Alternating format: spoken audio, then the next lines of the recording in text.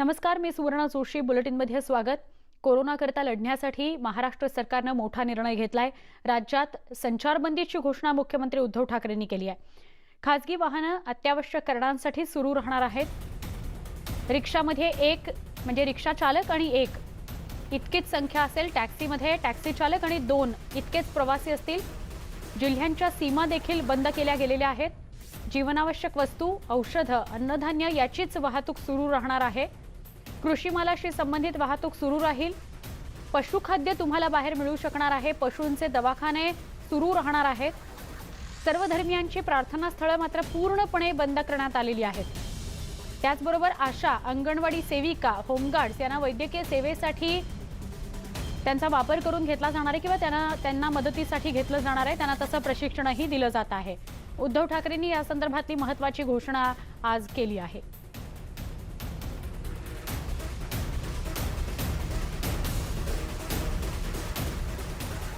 दरम्यान संचारबंदी लागू झाल्यानंतर पुण्यामध्ये काय स्थिती याविषयीचा आढावा घेतला आमचे पुण्याचे प्रतिनिधी वैभव सोनवणे यांनी. सर्व पुणेकरांना जाहीर आवाहन करण्यात येते की सध्या देशामध्ये, राज्यामध्ये व पुणे शहरामध्ये कोरोना विषाणूचा संसर्ग वाढलेला आहे. पुणे पोलिसांनी महाराष्ट्रभरामध्ये संचारबंदी लागू झाल्यानंतर आता रस्त्यावर असणाऱ्या पुणेकरांचं प्रबोधन करायचं ठरवलंय. थेट पुणेरी पद्धतीनं यांच्या डोक्यामध्ये थोडीशी अक्कल कशी जाईल याचा एक उपाय पुणे पोलिसांनी शोधून काढलाय. प्रत्येक सिग्नलला, स्वारगेटच्या सिग्नलला आम्ही आहोत, इथं बॅरिकेटिंग करून प्रत्येकाला इथं उभं केलं जातं. पूर्ण एक 4 ते 5 मिनिटाचं सेशन जे आहे ते पोलिसांकडून माहितीचं या सगळ्यांना ऐकवलं जातं आणि मग त्यानंतर त्यांना इथून सोडलं जाते. प्रत्येक जण जो 6 वाजल्यानंतर आता रस्त्यावरती या चौकात येणारा, त्या प्रत्येकाला इथं उभं करून हे सगळं स्पीकर लावून ऐकवलं जाते. त्यांनी काय करायला हवं, काय करायला नको. पुण्याचे पोलीस ही पुणेकरांची शाळा घेतात असं म्हटलं तरी वावगं ठरणार नाही. नेमकं कोरोनाच्या काळामध्ये काय काय केलं पाहिजे, काय करायला नको हे पुणेकरांना सातत्यानं सांगून समजत नाही. एक कर्फ्यू लागल्यानंतर सुद्धा आज दिवसभर अनेक जण 2 व्हीलर घेऊन रस्त्यावरती येत होते. पोलिसांना शेवटी रस्त्यावर वाहनं घेऊन यायला बंदी करावी लागली. अक्षरशः चौकामध्ये बॅरिकेटिंग करण्यात आलं आणि तरीसुद्धा पुणेकर हे थांबायला तयार नव्हते. गाड्या घेऊन रस्त्यावर येत होते. अजूनही 6 वाजल्यानंतर सुद्धा आपण गाड्यांची संख्या पाहतोय. या सगळ्यांना आता पोलिसांनी रस्त्यावरती उभं करून हे कसं चुकीचं आहे आणि आता काय करायला हवं याचं लेक्चर दिलंय. अक्षरशः 4 ते 5 मिनिटं या सगळ्यांना थांबवलं जातं. त्यांचं पूर्ण प्रबोधन पुण्याचे पोलीस करतायत. नेमकं कोरोनामध्ये काय काय करायला हवं, काय काय करायला नको ते सगळं सांगितलं जाते. दिवसभरात अनेक ठिकाणी असे प्रकार घडत होते. पोलिसांनी अडवल्यावर त्यांच्याशी हुज्जत घातली जात होती. मात्र आता आधी वाहतूक बंदी करण्यात आली आणि आता थेट मुख्यमंत्र्यांनी राज्यभरात लागू केलेली संचारबंदी पुण्यातही लागू झाली. त्याच्यामुळं आता पुण्यातल्या रस्त्यांवरती येताना पुणेकरांनी 4 वेळा विचार केला पाहिजे. याचं कारण हा खेळ त्यांच्या स्वतःच्या जीवाशी आहे. पोलीस, डॉक्टर्स हे सगळे तुमच्या सेवेसाठी रस्त्यावरती अहोरात्र झटतायत. आता या व्यवस्थेवरती ताण यायला लागलेला आहे आणि त्याचा परिणाम पुन्हा कामावरती दिसू नये म्हणून खबरदारी आपल्याला नागरिक म्हणून जी कर्तव्य आणि अधिकार मिळाले त्यातली कर्तव्य बजावताना घ्यावी लागेल.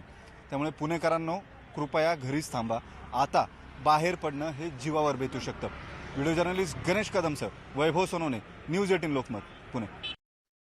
पुण्यानंतर जाऊया औरंगाबादमध्ये जेव्हा संचारबंदीचा निर्णय लागू झाला त्यानंतर लगेचच त्याची अंमलबजावणीही सुरू झाली. याविषयी अधिक जाणून घेतलं आमचे प्रतिनिधी सिद्धार्थ गोदाम यांनी. औरंगाबादमध्ये आज 144 कलम सकाळपासून लागला, मात्र त्याचा फायदा दिसला नाही. लोक रस्त्यावर फिरत आहे, आताही फिरत आहे. मात्र आता मुख्यमंत्र्यांनी संचारबंदी जाहीर केल्यानंतर पोलिसांनी कडक पावलं उचलायला सुरुवात केलेली आहे. आपण बघू शकतो या ठिकाणी प्रत्येक वाहनधारकाला आता पोलीस या ठिकाणी पकडतायत आणि कारण नसताना जर बाहेर पडलं तर त्यांना दंडही या ठिकाणी दिला जातोय. आणि एकंदरीतच आज 5 वाजता जी संचारबंदी लागू केलेली आहे त्याचे परिणाम औरंगाबादमध्ये दिसायला लागलेले आहेत. दुकानं बंद आहेत, मात्र सकाळपासून लोक रस्त्यावर फिरत होती.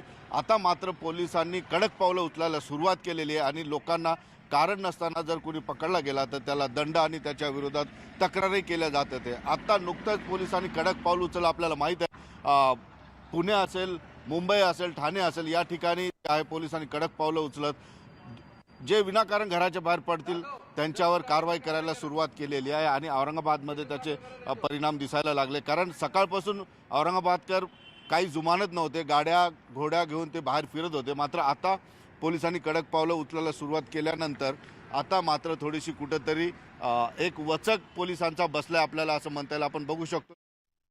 तर जाऊया नाशिकमध्ये संचारबंदीनंतर काय परिस्थिती होती त्याचा आढावा घेतला आमचे प्रतिनिधी प्रशांत बाग यांनी. कोरोनाचा प्रादुर्भाव रोखण्यासाठी सरकारनं अत्यंत कठोर उपाययोजना जरी केल्या असल्या, पावलं उचलली असली तरी प्रत्यक्षातली काय परिस्थिती आपण बघतोय. नाशिकच्या सगळ्यात प्रमुख रस्त्यावर आता आपण आहोत.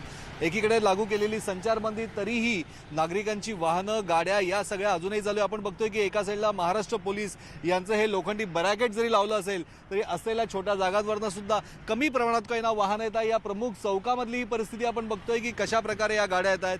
या गाड्या चौही बाजूने येणारा रस्ता असो किंवा तिकडे पोलिसांचा मोठा ताफा आता या ठिकाणी दाखल झालेला आहे. वाहतूक पोलीस आहेत. कोणत्याही परिस्थितीत इथनं जाणाऱ्या लोकांना प्रतिबंध करण्यासाठी पोलीस 144 जे कलम आहे त्याचा खऱ्या अर्थानं उपयोग करणार का हे बघणं सगळ्यात महत्त्वाचं ठरणार. एक छोटासा ब्रेक, लगेच भेटूया. पहा फक्त न्यूज 18 लोकमत.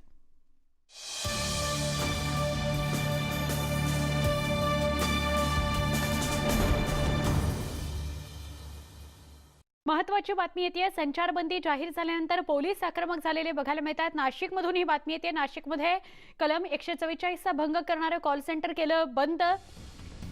WNS या कॉल सेंटरवर कारवाई करण्यात आली आहे. या कॉल सेंटरमध्ये 250 कर्मचारी काम करत होते. त्यांना वर्क फ्रॉम होम करायला सांगितलं गेलंय. पोलीस कडक कारवाई करताना दिसत आहेत. संचारबंदी लागू झाली आहे तरी देखील कॉल सेंटरवर काम सुरू होतं. 250 कर्मचारी एका वेळेला काम करत होते. त्या सगळ्यांना घरी पाठवण्यात आलंय. वर्क फ्रॉम होम करा असं सांगितलंय आणि या कंपनीवर कारवाई करण्यात आलेली आहे. संचारबंदी जाहीर झाल्यानंतरही कोणी जर नियमांचं पालन करत नसेल तर कडक कारवाई आता केली जाईल. नाशिकमध्ये ही पहिली कारवाई. खरं तर रस्त्यांवर नाशिकमध्ये आज दिवसभर अनेक गाड्या बघायला मिळत होत्या, टू व्हीलर बघायला मिळत होत्या. पोलीस आता त्यांच्यावरही कारवाई करतीलच. मात्र संचारबंदीची ही पहिली कारवाई. नाशिकमधून कॉल सेंटरवर कारवाई झाली आहे. 250 कर्मचारी मास्क लावून का होईना पण 250 कर्मचारी एका ठिकाणी काम करत होते. खरं तर जमावबंदी लागू झालेली होती. कधीच 2 दिवसापूर्वीच जमावबंदी लागू झाली आहे.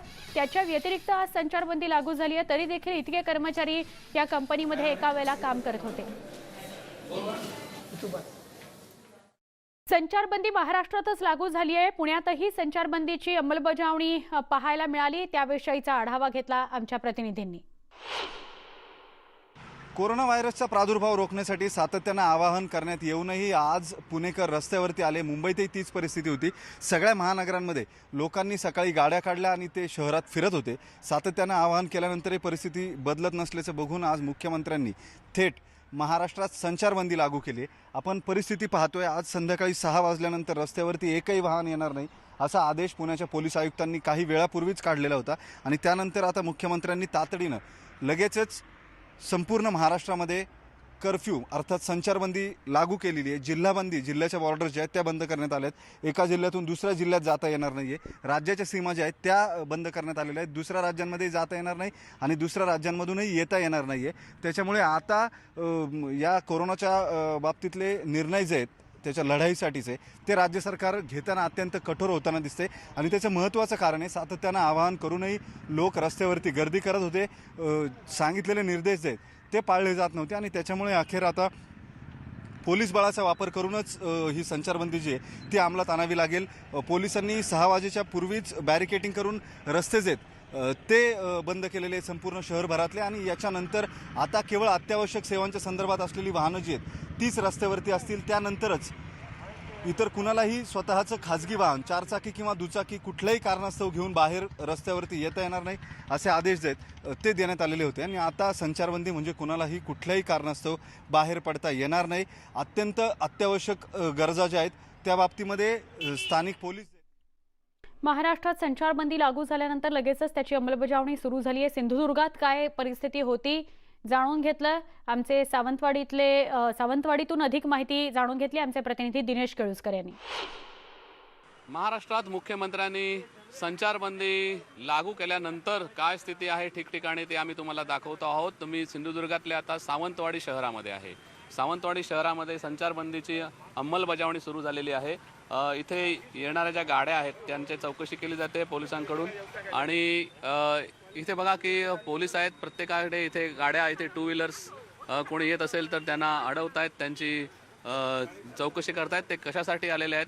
गाड्या अजूनही सुरू आहेत. खरं तर संचारबंदी झाली असली तरी सुद्धा इथे या बाजूला दुकानं आहेत ती पोलिसांनी सांगून बंद केलेली आहेत सर्वांना, कारण संचारबंदीचा निर्णय लोकांपर्यंत पोहोचेपर्यंत थोडा वेळ जायला लागणार आहे आणि त्यामुळे ताबडतोब त्याची अंमलबजावणी सुरू आहे. इथे पेट्रोल पंप मात्र सुरू राहतील असं सांगितलेलं आहे. त्यामुळे पेट्रोल पंपावर एखाद दुसरी वाहन दिसतं इथे या पेट्रोल पंपावर. आणि मुंबई गोवा महामार्गावर च्या गाड्या आहेत किंवा सावंतवाडी शहरात येणाऱ्या गाड्या आहेत त्या अजून थांबलेल्या नाहीत, त्या सुरूच आहेत.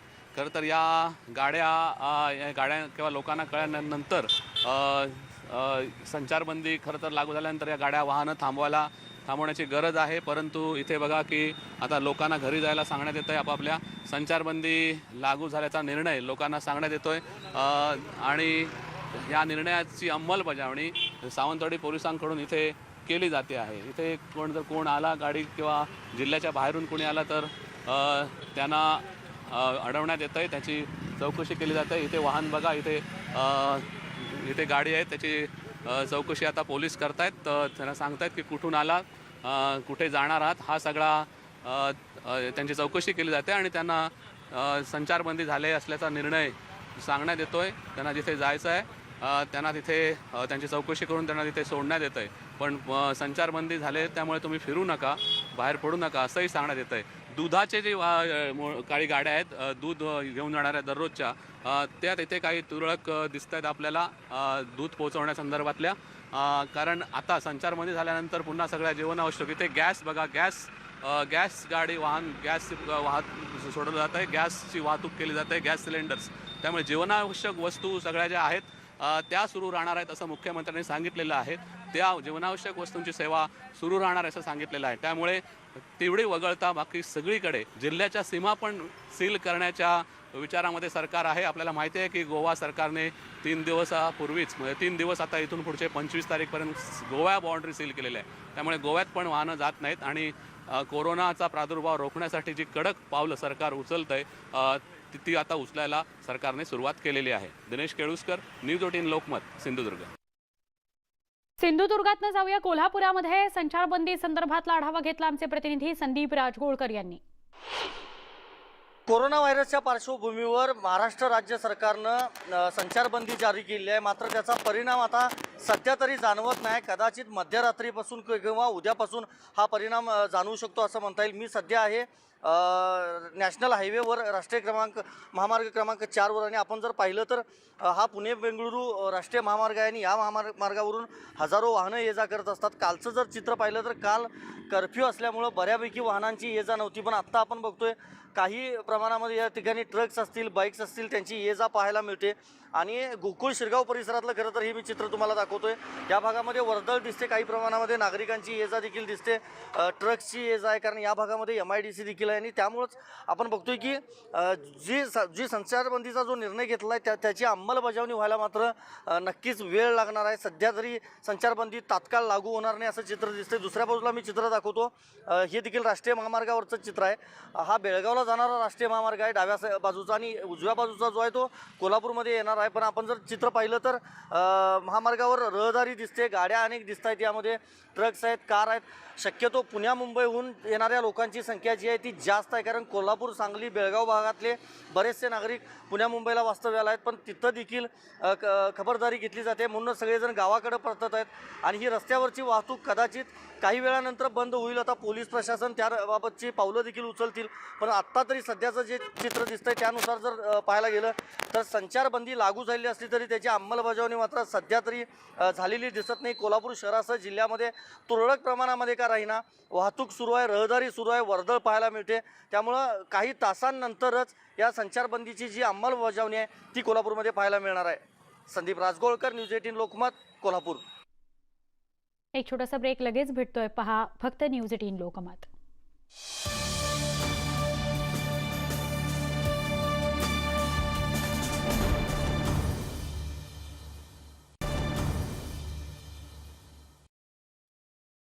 काल कोरोनाग्रस्तांचा आकडा 74 होता, आज 97 झालाय.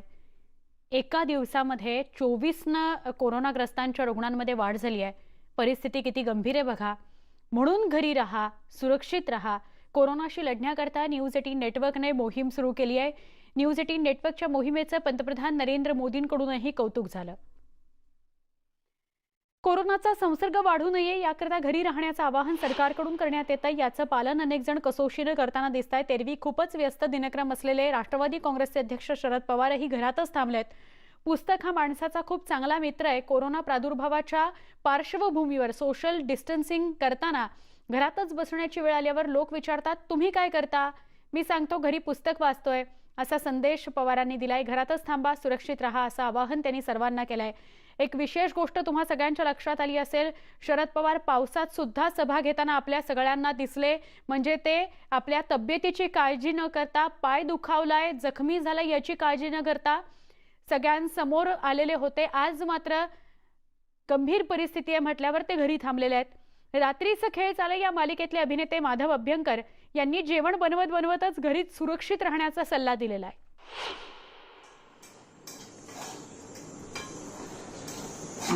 कोरोनाची दहशत आणि पंतप्रधानांनी आवाहन केले आहे जनता कर्फ्यू म्हणून, त्यामुळे घरातच आहे.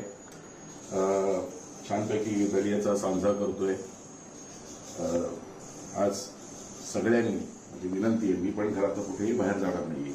दिवसभर घरात असणारे, चांगलं चांगलं काहीतरी करणारे, खाऊ घालणारे. रेखा आता ॲक्च्युली कॅमेऱ्याच्या मागे आहे, त्याच्यामुळे ती तुम्हाला आता दिसत नाही आहे. तीच हे सगळं व्हिडिओ शूट करते. कोरोना अण्णा नायकापेक्षा अतिशय डेंजर आहे. हा खूप माणसं मारतोय. अण्णा नायकाला शिक्षा होऊ शकते, पण कोरोनाला शिक्षा कोण करणार? तर त्याला हरवायचं असेल तर माझी सगळ्यांना विनंती आहे की कोणीही आज घराबाहेर पडू नका. सगळ्यांनी सेफ राहा, सुरक्षित राहा. आजूबाजूला आपली काही लोकं असतील त्यांची काळजी करा. पूर्ण वेळ घरात राहा, घरातल्यांची गप्पा मारा, त्यांच्याबरोबर वेळ घालवा, खेळ खेळा, चांगलं चांगलं काहीतरी खायला करा, खाऊ घाला आणि असा दिवस चांगला घालवा आणि नक्कीच आपण मग कोरोनाला हरवू अशी मला खात्री आहे. धन्यवाद. आम्हीही हेच आवाहन करू. घरी राहा, सुरक्षित राहा, सुजाण आहात, सज्ञान आहात, कुठलाही गैरप्रकार आपल्याकडून होणार नाही अशी काळजी घ्या. संचारबंदी महाराष्ट्रात लागू झालेली आहे. घरात राहा, सुखी राहा, शांत राहा. पहा फक्त न्यूज 18 लोकमत.